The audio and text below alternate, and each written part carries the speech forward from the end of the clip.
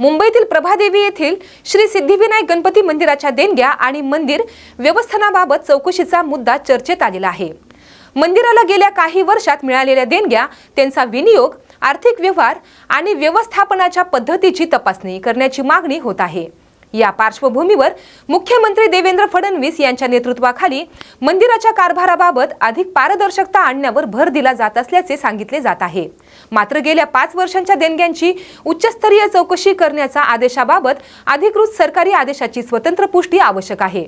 सिद्धिविनायक मंदिर हे मुंबईतील अत्यंत प्रसिद्ध धार्मिक स्थळ असून येथे दरवर्षी मोठ्या प्रमाणात भाविक दर्शनासाठी येतात।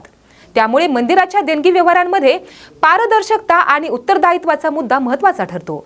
चौकशी झाल्यास मंदिराला मिळणाऱ्या देणग्यांची रक्कम, खर्चाची पद्धत, विविध प्रकल्पांवरील खर्च आणि प्रशासनिक निर्णय यांची माहिती तपासली जाऊ शकते। या चौकशीचा अंतिम अहवाल आल्यानंतरच कोणतीही अनियमितता झालेली आहे किंवा नाही याबाबत स्पष्ट चित्र समोर येईल। केंद्रीय गृहमंत्री अमित शहा यांच्या महाराष्ट्रातील दौऱ्यामुळे भाजप आणि महायुतीच्या राजकीय हालचालींना वेग आलेला आहे। महाराष्ट्र विधानसभा निवडणुकीच्या पार्श्वभूमीवर यापूर्वीही अमित शहा यांनी मुंबईत भाजपच्या नेत्यांशी आणि पदाधिकाऱ्यांशी महत्त्वपूर्ण चर्चा केलेली होती। ऑक्टोबर 2024 मध्ये झालेल्या त्यांच्या मुंबई दौऱ्यात मुंबई, ठाणे आणि कोकण विभागातील भाजप आमदार, खासदार आणि पदाधिकाऱ्यांशी संवाद साधण्यात आलेला होता। त्यावेळी महायुतीच्या जागा वाटपाच्या रणनीतीबाबतही चर्चा होणार असल्याचे वृत्त होते।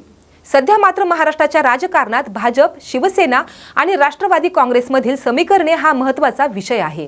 स्थानिक पातळीवरील राजकीय ताकद, आगामी निवडणुकांमधील संभाव्य उमेदवार आणि मतदारसंघनिहाय समीकरणे यावर वरिष्ठ पातळीवर चर्चा होण्याची शक्यता असते। अमित शहा यांच्या भेटीकडे त्यामुळे केवळ औपचारिक दौरा म्हणून न पाहता संघटनात्मक आणि निवडणूक रणनीतीच्या दृष्टीने पाहिले जात आहे। शिवसेना पक्षाचे नाव आणि धनुष्यबाण निवडणूक चिन्ह यावरून उद्धव ठाकरे आणि एकनाथ शिंदे गटामध्ये निर्माण झालेला कायदेशीर संघर्ष महाराष्ट्राच्या राजकारणातील अत्यंत महत्त्वाचा विषय ठरलेला आहे। निवडणूक आयोगाने शिंदे गटाला शिवसेना आणि धनुष्यबाण चिन्ह दिल्यानंतर ठाकरे गटाने या निर्णयाला न्यायालयात आव्हाने दिली आहेत।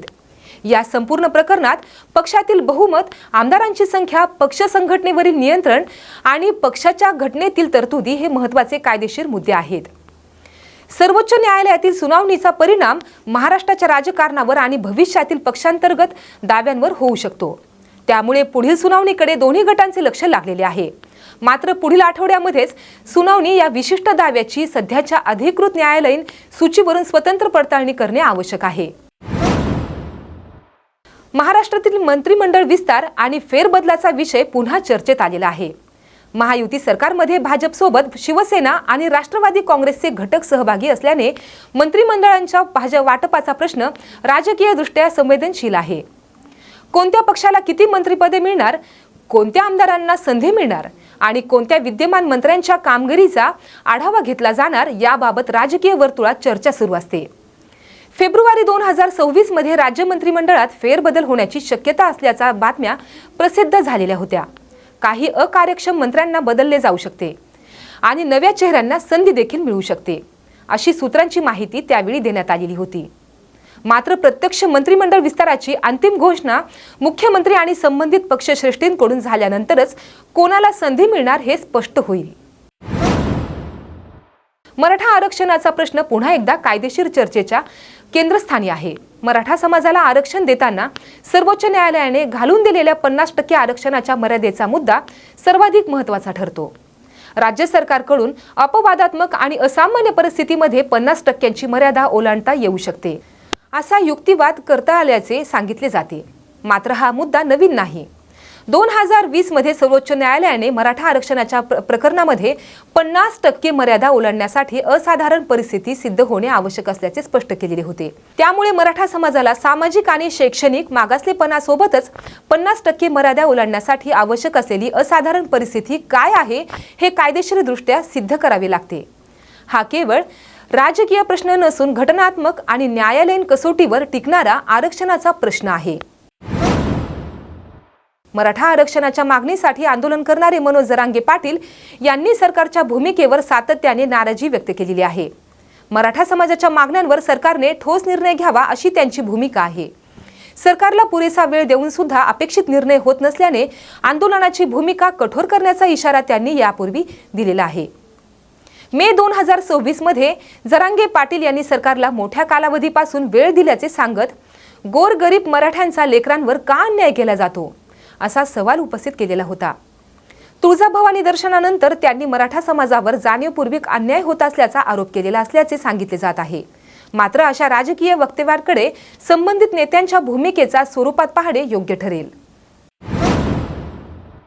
अहिल्यानगर जिल्ह्यातील मतदार यादीत मोठ्या प्रमाणावर मृत व्यक्तींची आणि दुबार नावे असल्याचा दावा करण्यात आल्याने राजकीय वातावरण तापलेले आहे। मिळालेल्या माहितीनुसार तब्बल 1,40,000हून अधिक मृत व्यक्तींची नावे आणि सुमारे 61,000 दुबार नावे आढळल्याचा दावा आहे।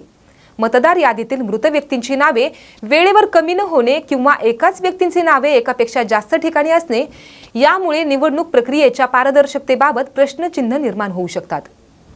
मात्र एवढ्या मोठ्या संख्येच्या आकडेवारीचे अधिकृत निवडणूक आयोग किंवा जिल्हा प्रशासनाच्या अहवालातून पुष्टी मिळण्याशिवाय तिला अंतिम मान्यता देण्यात येणार नाही।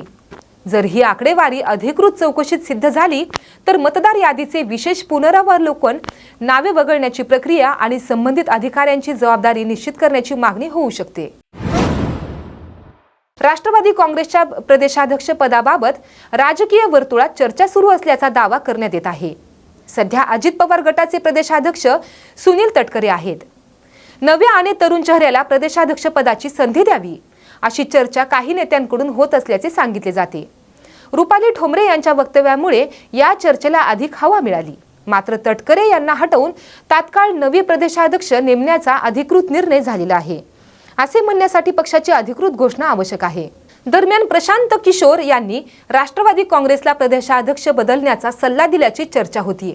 मात्र मंत्री दत्तात्रय भरणे यांनी असा कोणताही सल्ला मिळाल्याचा चर्चेचे खंडन केल्याचे सांगितले जाते। राष्ट्रवादी काँग्रेसमध्ये संघटनात्मक बदल झाले तर त्याचा परिणाम पक्षाच्या आगामी राजकीय रणनीतीवर होऊ शकतो। मात्र सध्या या विषयातील अनेक दावे हे राजकीय चर्चा किंवा नेत्यांच्या वक्तव्यावर आधारित असल्याचे अधिकृत निर्णयाची प्रतीक्षा महत्त्वाची आहे। EWS रिक्त जागांवर गुणरत्न सदावर्तेंची SIT चौकशीची मागणी। वकील गुणरत्न सदावर्ते यांनी EWS अर्थातच आर्थिकदृष्ट्या दुर्बल घटकांसाठी असलेल्या रिक्त जागांचा मुद्दा उपस्थित केलेला आहे। EWS प्रवर्गातील पात्र उमेदवारांना उपलब्ध असलेल्या जागा रिक्त राहत असतील तर त्या जागा भरण्यासाठी विशेष तपास यंत्रणा किंवा SIT स्थापन करण्याची मागणी करण्यात आलेली आहे। या मागणीमागे सरकारी भरती प्रक्रिया, उपलब्ध पदांची संख्या, पात्र उमेदवार, प्रत्यक्ष नियुक्त्या आणि रिक्त राहिलेल्या जागा यांचा तपशील तपासण्याचा मुद्दा आहे। जर मोठ्या प्रमाणावर जागा रिक्त असल्याचे अधिकृत कागदपत्रांमधून सिद्ध झाले तर संबंधित विभागांकडून त्या जागा का भरल्या गेल्या नाहीत याचे कारण स्पष्ट करावे लागू शकते। SIT स्थापन करण्याचा निर्णय मात्र सरकार किंवा संबंधित सक्षम प्राधिकरणाच्या आदेशावर अवलंबून असेल। त्यामुळे सध्या ही बातमी SIT नेमण्याची मागणी या स्वरूपात मांडणे अधिक अचूक ठरेल। अशा प्रकारे महाराष्ट्राच्या राजकारणात सध्या आरक्षण प्रश्नचिन्हांचा न्यायालयीन वाद, मतदार यादीतील कथित अनियमितता आणि मंत्रिमंडळातील फेरबदल आणि महायुतीची संघटनात्मक रणनीती हे प्रमुख मुद्दे चर्चेत आहेत। आणि या सर्व विषयांमध्ये राजकीय आरोप प्रत्यारोपांबरोबरच न्यायालयीन प्रक्रिया आणि अधिकृत सरकारी निर्णय महत्त्वाचे ठरणार आहेत। महाराष्ट्रातील अशाच महत्त्वाच्या राजकीय घडामोडी आढावा घेण्यासाठी पाहत रहा न्यूज मराठी 24/7। नवा भारत, नवा विचार।